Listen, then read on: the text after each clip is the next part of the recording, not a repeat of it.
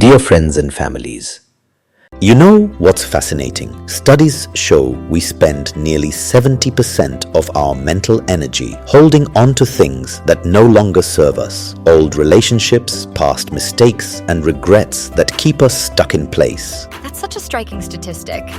And when you think about it, that's an enormous amount of our cognitive resources being drained daily.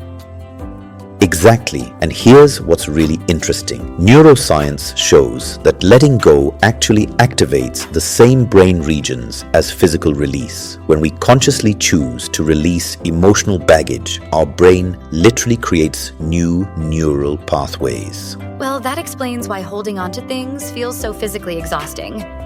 Like carrying around an invisible backpack full of rocks. And you know what's even more compelling? Research from Harvard showed that people who practice intentional letting go experience a 43% reduction in stress-related health issues. That makes me wonder about the connection between holding on and those physical symptoms we often can't explain. Oh my goodness, yes, studies have linked emotional holding patterns to everything from chronic pain to digestive issues. But here's what really blew my mind. When people learn to let go, their immune system function improves by up to 37%. That's incredible. Though I have to imagine letting go isn't as simple as just deciding to do it, right?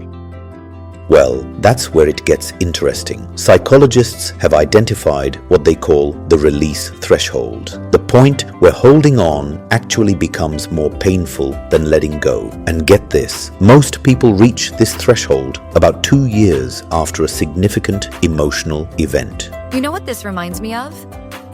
That Japanese concept of kintsugi, where they repair broken pottery with gold, making it more beautiful than before.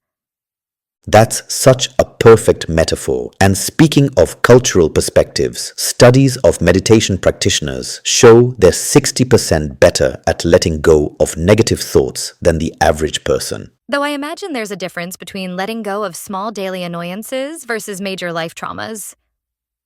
Absolutely right. And research backs this up. The brain processes different types of letting go through distinct neural networks. Minor releases activate the prefrontal cortex, while major emotional releases engage deeper limbic structures. Well, that explains why sometimes letting go feels like a simple choice, and other times it feels like we're fighting our own biology.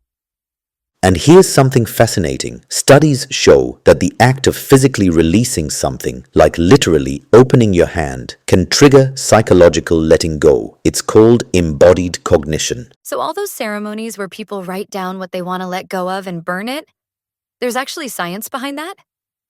Precisely, and the data shows these ritual releases can increase emotional resolution by up to 40%. But here's the really interesting part. It works even better when done in community. That makes so much sense.